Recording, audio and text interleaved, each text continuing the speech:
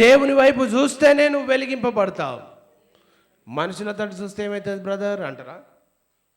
వెలుగును ఆఫ్ చేస్తారు మనుషులు, వెలుగును బంద్ చేస్తారు మనుషులు.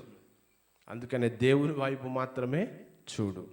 ఇక్కడ చూడండి, చీకటిలో నడుచు జనులు గొప్ప వెలుగును చూస్తున్నారు. మరణ ఛాయలు అంటే ఏంది? మరణకరమైన రోగాలు, పాపము, ఇవన్నీ దాని కిందికి వస్తాయి. అవన్నీ కూడా అనారోగ్యాలు, సమస్యలు, బాధలు, ఇవన్నీ కూడా మరణ ఛాయలు గల దేశ నివాసుల మీద వెలుగు ప్రకాశించును. కనుక ఈ వెలుగు రావాలి నీకంటే యోహాను సువార్తలో ఒక మంచి మాట ఉంది. 8వ అధ్యాయం 12వ వచనంలో మనం చూస్తే ఇక్కడ 8, 12 త్వరగా చదవాలా.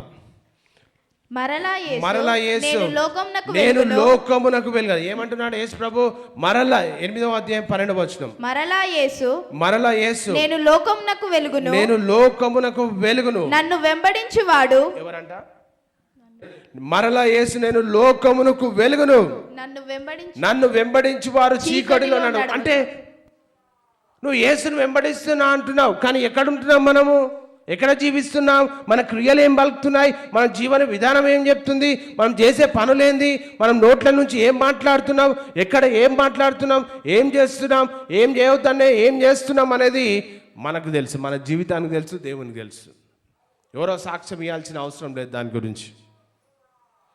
ఒకవేళ నువ్వు క్రీస్తును వెంబడిస్తున్నావు అని నువ్వు చెబితే, ఒకవేళ మనము క్రీస్తును వెంబడిస్తున్నామని మనము చెబితే, వాక్యం చూడండి ఇక్కడ, మరలా యేసు లోకమునకు వెలుగును, నన్ను వెంబడించి వాడు చీకటిలో నడవక జీవపు వెలుగు కలిగి ఉండునని వారితో. ఎంతమంది పాప క్షమాపణ పొందుకొని ఉన్నారు ఇక్కడ? ఆ పాప క్షమాపణ పొందుకున్న నీవు, వెలిగింపబడిన నీవు, దేవుని కొరకు బ్రతుకుతాను తీర్మానం చేసుకున్న నీవు, దేవుని కొరకు నేను జీవిస్తానని తీర్మానం చేసుకున్న నీవు, దేవుడే నా జీవితం అని తీర్మానం చేసుకున్న నీవు,